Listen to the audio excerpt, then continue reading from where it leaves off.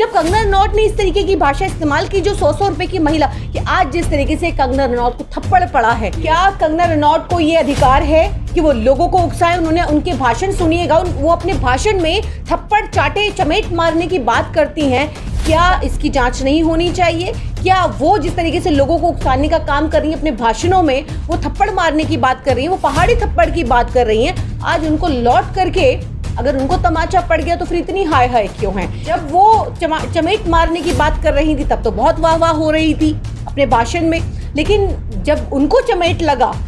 जो कि उनकी खुद के कृत्य की वजह से, तो फिर इतना हाय हाय क्यों है? भारत माता की सेवा करते हैं, भारत माँ के लिए जान न्यौछावर कर देते हैं, देश के लिए जान न्यौछावर करते हैं, तो क्या किसी की माँ को गाली दी जाए तो हिंसा का रास्ता? नहीं, बिल मैं वही कहना चाह रही हूँ कि माँ को गाली दी जाए तो उसका खून क्यों नहीं खोलेगा? जिस तेजी दिखाते हुए केंद्र सरकार ने इस महिला जवान को बर्खास्त करने का काम किया, पूछना चाहते हैं कि इतनी तेजी और मामलों में क्यों नहीं होती है? कंगना रनौत ने शपथ नहीं ली तो उनको अभी एमपी कहना, सांसद कहना मुझे लगता है अभी उचित नहीं है। चुनाव जरूर जीती है,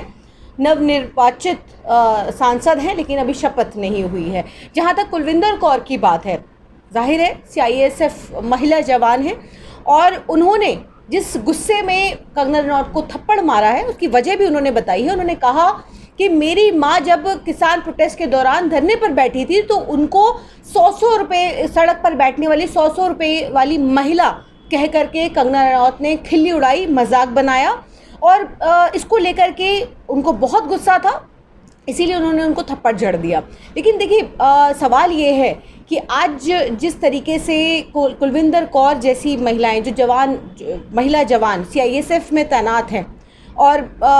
बीते 10 सालों में जिसके साथ जो नफरत जिस तरीके से परोसी गई पिछले 10 सालों में, आप सोच के देखिए कि उन लोगों के जो भारत माता की सेवा करते हैं, भारत माँ के लिए जान न्यौछावर कर देते हैं, देश के लिए जान न्यौछावर करते हैं, तो क्या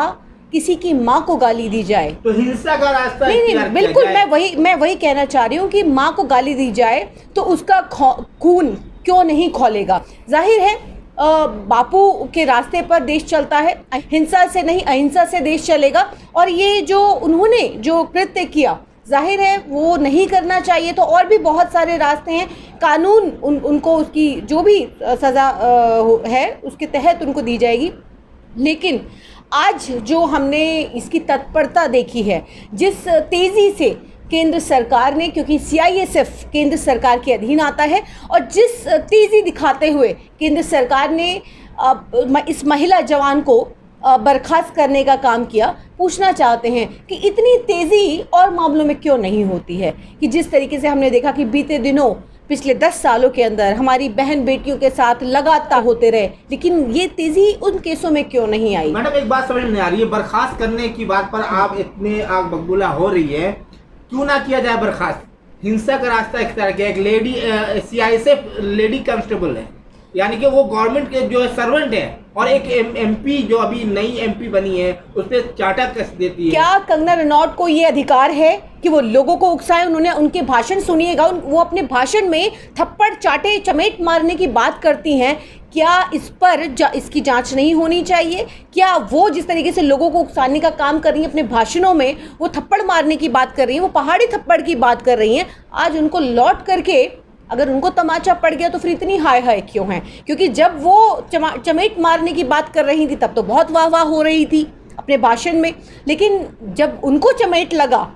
जो कि उनकी खुद के कृत्य की वजह से, तो फिर इतना हाय हाय क्यों है? आपको याद दिलाना चाहती हूँ, आपको याद होगा कि इंद्रलोक के अंदर एक कांस्टेबल ने एक वर्दी पहन करके, क्योंकि आज मैं देख रही हूँ कि लगातार सोशल मीडिया पर जिस तरीके का ज्ञान दिया जा रहा है, वो भी नमाजियों को जिस तरीके से लात और घुसे मारे थे, वो भी उसने भी वर्दी पहनी थी, लेकिन उन नमाजियों का क्या कसूर था? वो जिस तरीके से उनको लात और घुसे वर्दी पहन करके उनको मारा गया, क्या कसूर था? चलती ट्रेन के अंदर जयपुर, आपको याद होगा जयपुर मुंबई एक्सप्रेस के अंदर एक कांस्टेबल मुस्लिम जो कि दाढ़ी और टोपी पहने हुआ था, उनको गोली से, उनकी क्या गलती थी? उन्होंने किसी का मजाक नहीं बनाया, लेकिन उसको भून दिया जाता है। उसको डिफेंड करने वाले लोग भी हैं, जो ऐसे लोग, जो सचिन नाम था उसका, उस कांस्टेबल का, उसको डिफेंड करने वाले लोग, राम भक्त जैसे लोग, जो कि बंदूक लेकर के शाहीन बाग पहुंच जाते हैं और गोली बंदूक से जो है वो फायर करते हैं, तो उसको डिफेंड करने वाले इस देश के अंदर लोग हैं। तो बीते 10 सालों में जो नफरत परोसी गई है इस देश के अंदर, दो धड़ बांट दिए गए। आज ये देखिए, इस देश का दुर्भाग्य ये है कि आज अगर आपको अयोध्या से वोट नहीं मिले तो आप अयोध्या वालों को जो आप गाली देते हैं, महाराष्ट्र से अगर आपको वोट नहीं दिया गया, क्योंकि आप वोट की राजनीति करते हैं, आपको कोई मतलब नहीं है, आपको रामलला से कोई मतलब नहीं था,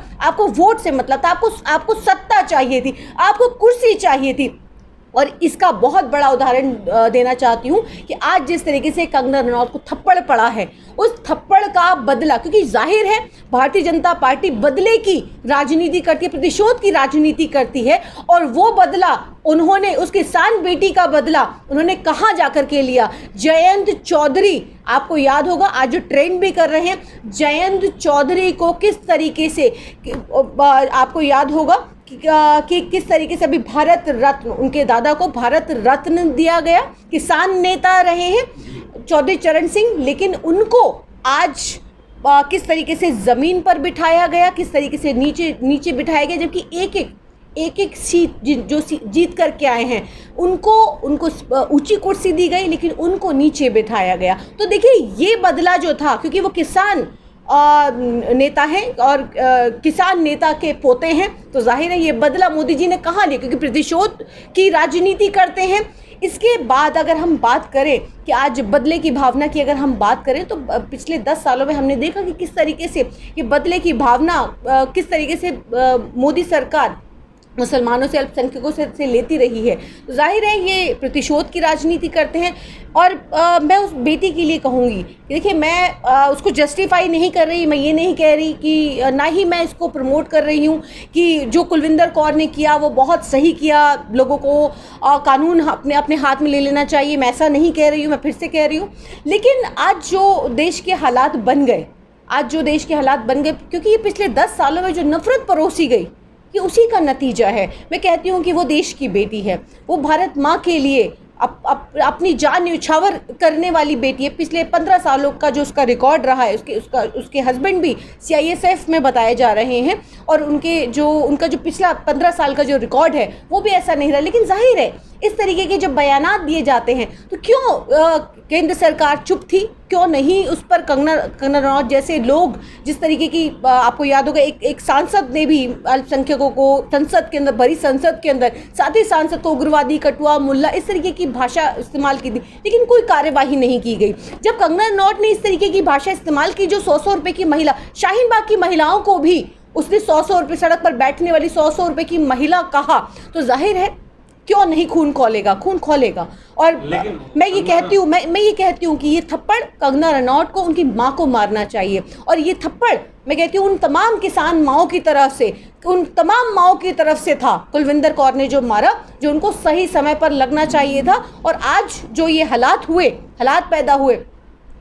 लेकिन वो देश के लोगों से और बॉलीवुड इंडस्ट्री से अपील कर रही है कि उनके फेवर में बोलें,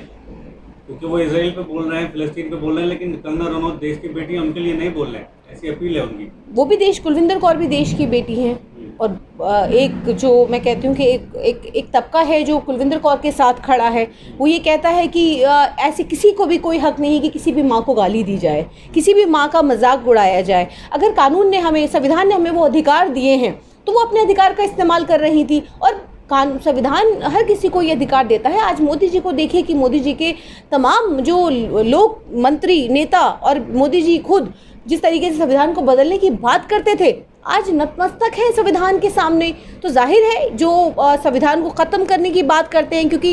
ये देश किस तरीके से चलाना चाहते हैं। तो आज जो हालात देश के अंदर बने हैं, मैं कहती हूँ कि आज जिस तरीके से NDA जो एनडीए की आप देख रहे हैं कि जिस तरीके से जो सरकार बनी है उसके अंदर किस